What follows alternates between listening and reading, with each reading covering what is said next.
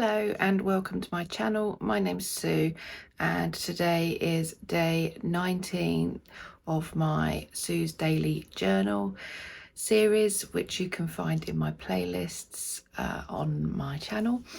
And I'm currently we've just got back actually from it's the 19th of August 2026, and the time is 10 to 4, almost 10 to 4 in the afternoon. We've had a lovely day today. I've got my 3.5-year-old grandson staying with myself and my husband Neil, and today we have taken him, our little grandson Stanley, we've taken him for his first fishing trip. My husband is an avid fishing fan. He lives and breathes for it, to be honest. He's always off out here, there and everywhere to go fishing, which he does enjoy doing a lot of the time with my youngest son, and they go off together and have little fishing trips, and for 2 or 3 days at a time or whatever. And yeah, they both really enjoy it. And I used to fish a few years ago now, but I did stop. Mainly, well, one of the reasons I stopped, and this is a bit of a strange one really for some people to understand, but approximately 5.5 years ago now, I started to have well, I had a spiritual awakening at around just over 6 years ago now, and about 5.5 years ago I was very invested into learning everything I could, and it was opening up a whole new world for me. And about 5.5, yeah, about sort of 10 to 12 months after I started to awaken, I've always been a massive animal fan anyway, and I love them, absolutely love them, and I've always had many animals in my life. But I started to tune in with them on a slightly deeper level. And at the start, I thought it was my imagination. And I thought, well, of course I'd know that. It is my horse, or he's my dog, or whatever. And I was very much guided to explore that side of things more, which I did. And a year later, I was a qualified animal communicator and a qualified Reiki animal Reiki master as well. And I really did go full pelt to literally embodying it and breathing it, sleeping with it. Honestly, it was just, I completely was just so not even overwhelmed. It was, I just wanted to embody it so deeply that it became a new way of life. And the feelings and the experiences I would have and still get and still have now when I'm with the animals is very profound, very heartwarming. Animals have nothing but unconditional love for us humans, and sadly that can be unfortunate really for the animals at times, because sometimes there are some humans out there that do take advantage of that. But I after going through quite a difficult time prior to me awakening, because I had a horse that was very, very sick, not very old, and we spent thousands and thousands of pounds on vet bills. Thankfully he was insured. It went into the, you know, double figures, thousands, and they couldn't find a diagnosis for him. And in the end, he was suffering too much for him, you know, for me to let him continue. And so he transitioned in May 2020. I will go into a deeper talk about this in a longer video, but I'm just sort of trying to give you a sort of bite size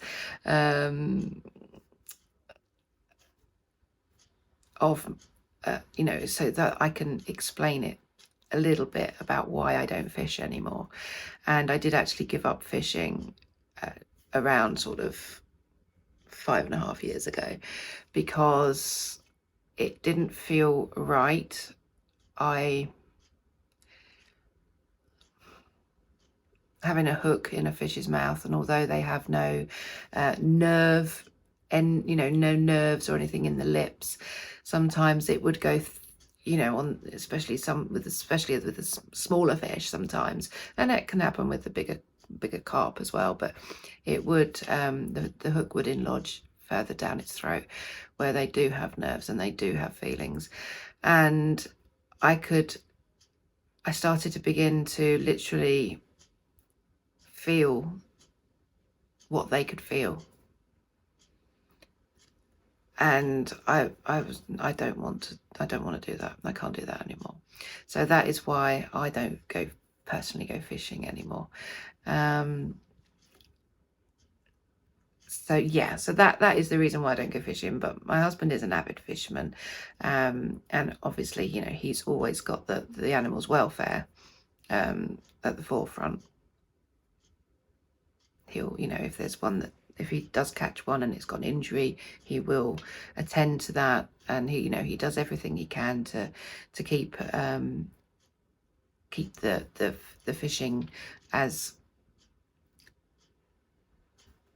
comfortable, I suppose the word is, pain-free for the animal. But you know, however they hook the fit, that you know, however they get hooked with, you know, from the bait on the end or whatever, it's still gonna, yeah, there's always that possibility that it's gonna go a bit further in.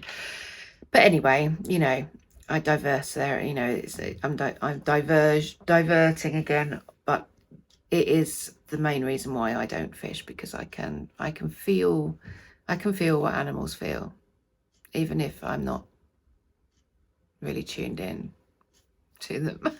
I have, you know, so I do have to work on myself to protect myself from certain things that I might see on, you know, on the screens, or even out in public.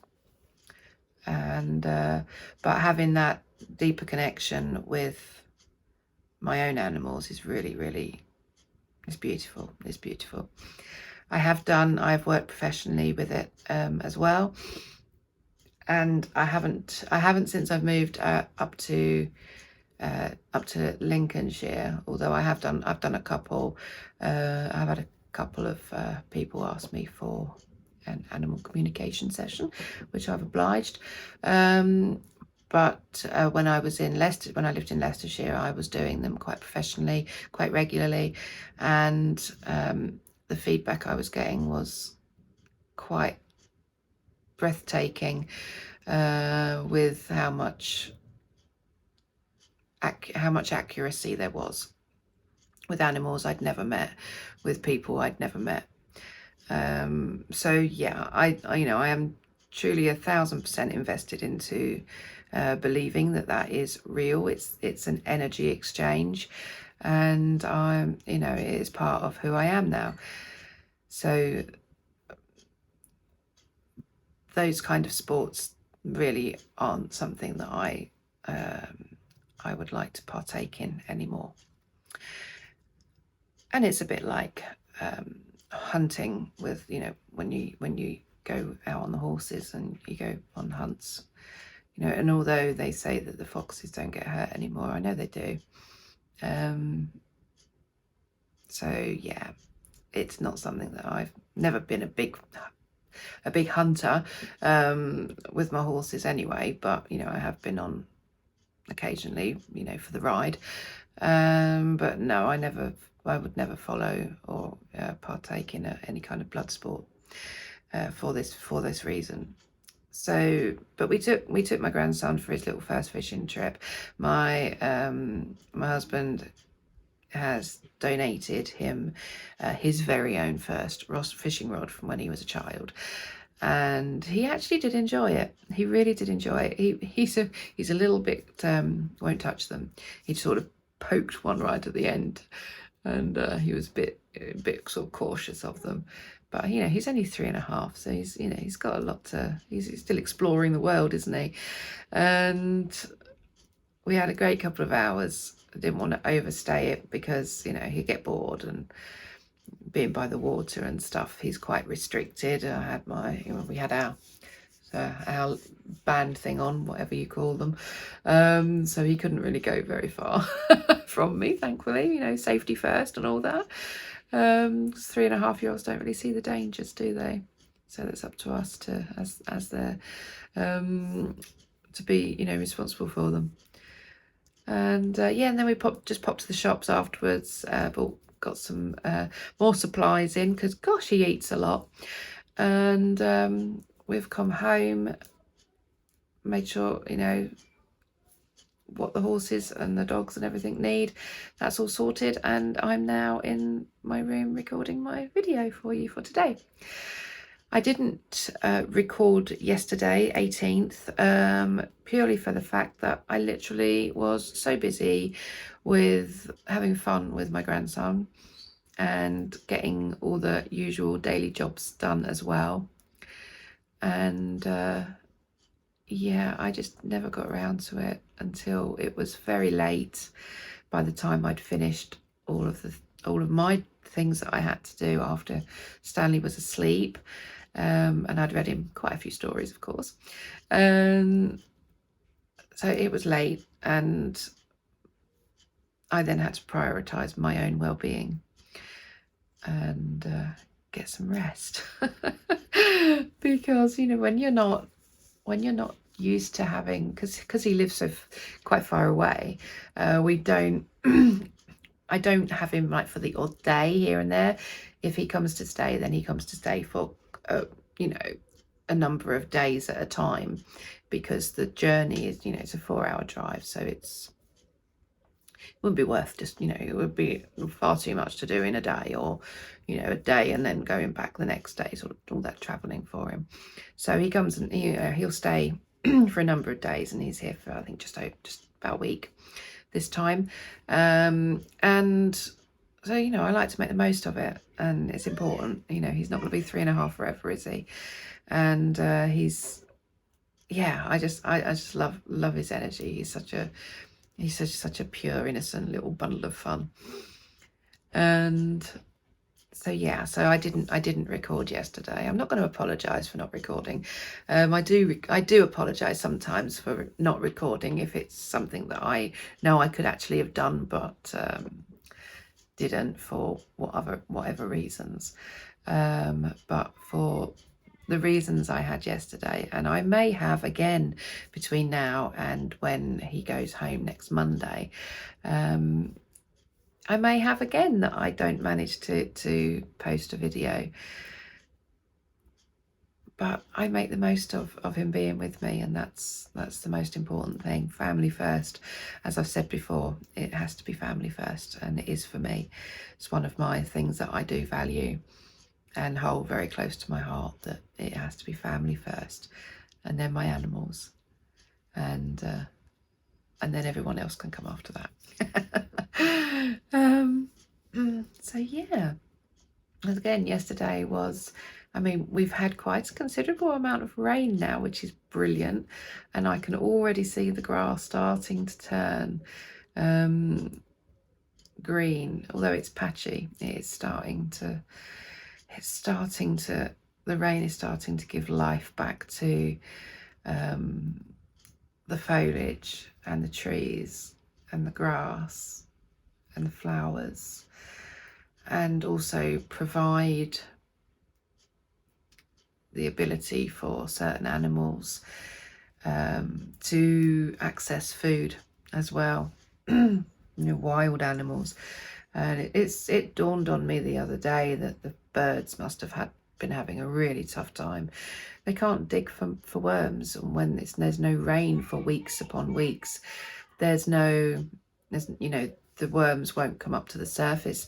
If anything, they'll just burrow deeper and deeper into the, you know, the damper mud and earth. So yeah, I think it's been, you know, the bees as well. I've been trying to keep things as easy, but you know, I'm not going to rescue them all, am I? Can't help them all. And they you know, I've got little bee honey thing feeders, water feeders in the garden, and I, you know, but I can only do so much, and if everybody can you know, sort of bear things like that in mind, then that really helps too. And I'm hoping, I really hope that, I mean, we've got some trees that are turning, and I actually read the reason why the trees, the leaves on the trees, on some trees in particular, are turning brown and they're beginning to lose the leaves as if it was autumn. They're doing it early because it's been so dry. Some of the leaves, some trees, I know that my chestnut tree is losing its leaves. My plum trees are the leaves are starting to turn brown. I think there's some acorn trees down on the track there. They're pretty much all brown now. And my silver birch as well. I've got 2 in my garden. They're pretty much bare already. And the reason that they do it is because it's been so dry for so long. They're losing their leaves to reserve the moisture, so that the moisture can be retained into the roots to help them survive. And you know, it always amazes me how nature just knows what to do. It just knows what to do in any given situation, in any weather conditions. They know what to do. They know how to survive. And that is, you know, that just, and nature in itself knows how to survive. It knows how to adapt to different temperatures, different humidities, different water content. You know, we learn things so much. We are always learning. We never stop learning. And you know, I think, you know, I'm sort of halfway through my life really now, and you know, I never stop learning. Never stop learning. There's got to be something that I learn every day, and I love it. I absolutely love learning stuff. And just to witness this, although you know that I've not liked witnessing the trees starting to turn brown, the grass like straw, the animals really being challenged. I've not liked witnessing all of that, but it does make me very amazed and just, it is just incredible that the wildlife and nature can coexist in any situation. And it's only probably really human intervention that causes anything that where things don't survive in the wild, in nature. And it just makes me, it's just incredible. It's just incredible. It makes me speechless, really, that it just knows what to do. And how incredible this planet is. How Mother Earth just always knows what to do. And so do the animals that also inhabit it. It's phenomenal, really. And yeah, so it's been an odd summer. It really has been an odd summer. I've loved the hot weather, don't get me wrong. And some days have been hot, like uncomfortably hot. And when you're trying to ensure that your animals, especially livestock as well, because they're outside in it, aren't they? Your dogs and your cats and your smaller animals, you've perhaps got a little bit more sort of ability to keep them cool with fans and aircon and things like that, if you've got that installed in your house. Cool mats, that sort of thing. But when you've got livestock and they're out in the elements, it's got to be, yeah, it's been a challenge at times, especially when I've got 2 elderly horses that I really have been worried about at times, having to deal with such hot temperatures. But they adapted. They know what to do and how to reserve their energy. And yeah, that just adds even more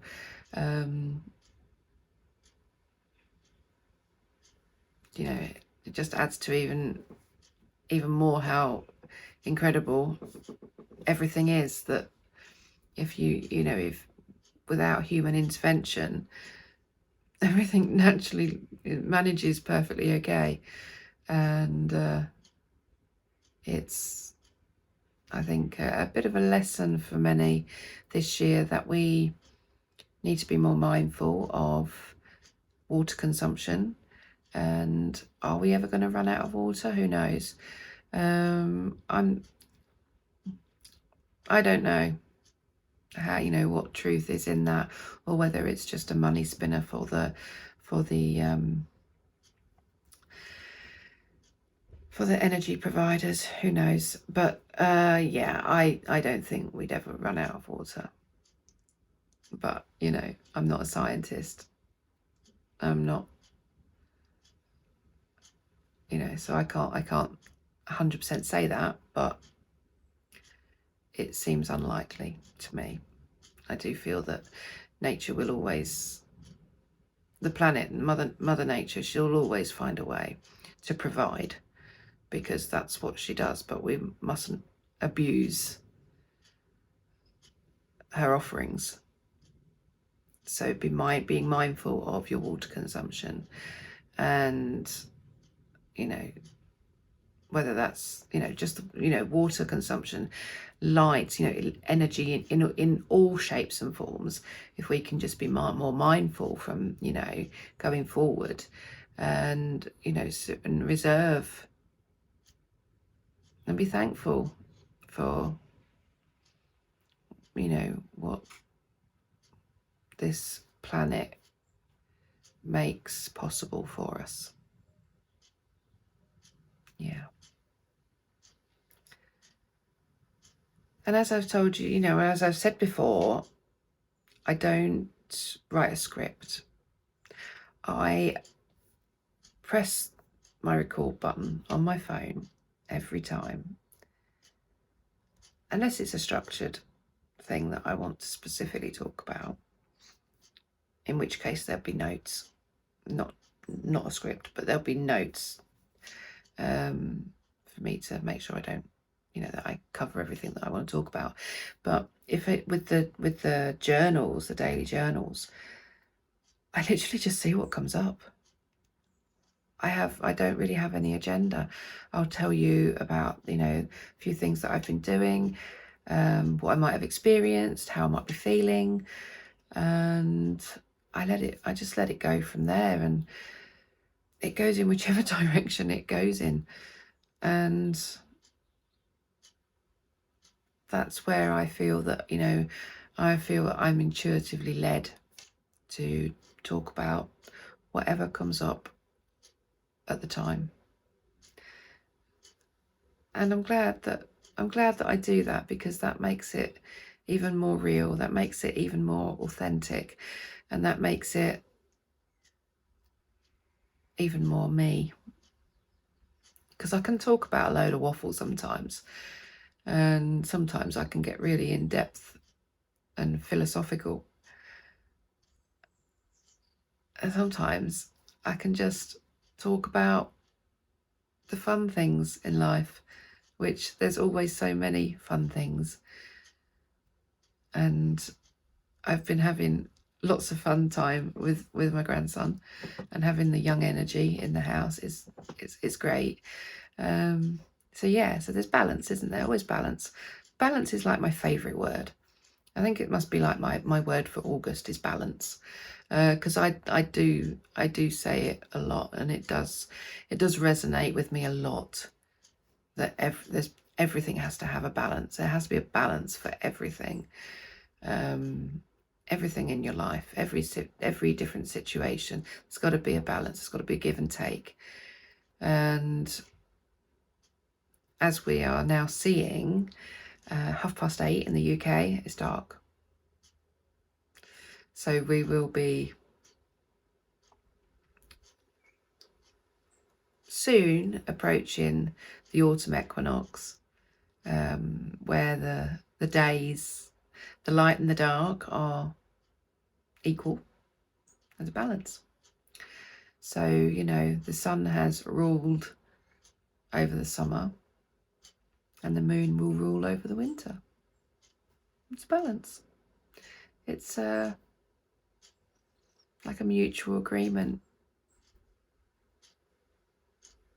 an unspoken one.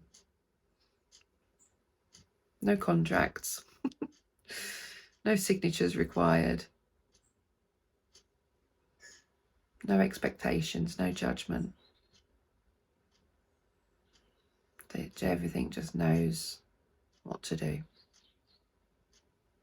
And we can learn a lot from observing that.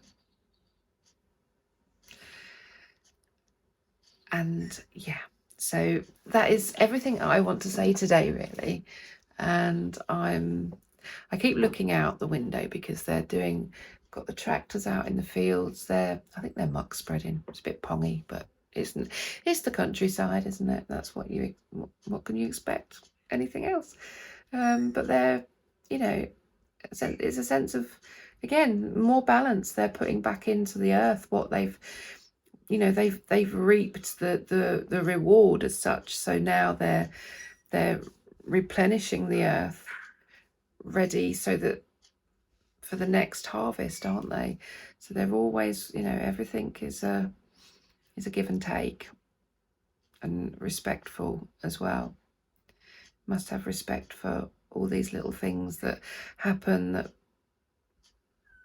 a large percentage of people possibly don't even ever think about. But it's all going on, and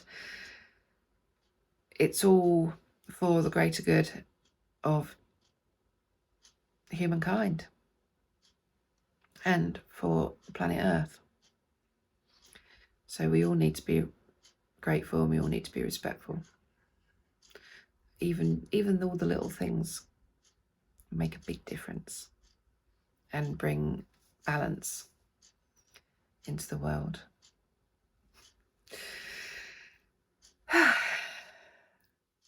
Another thing, I should just quickly before I go, another thing I was talking about yesterday with my husband, I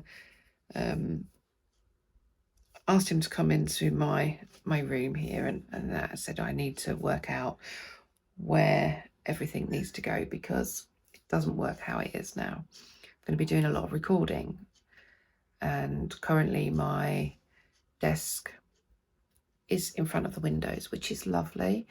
It's very distracting. I'm an Aquarius. It's very distracting, but and it's beautiful to look at. But when the sun's shining, it gets very, very warm here, and I can't see my laptop screen. My phone gets very hot, especially when it's you know, uploading, downloading, recording, whatever. If it's in, you know, obviously in direct sunlight. So, and I've got 2 large windows in my room, so I'm quite limited to where I put everything. But I think I've got it worked out now. So you might get a couple of days where my room is literally upside down, so the backdrop might not be very good.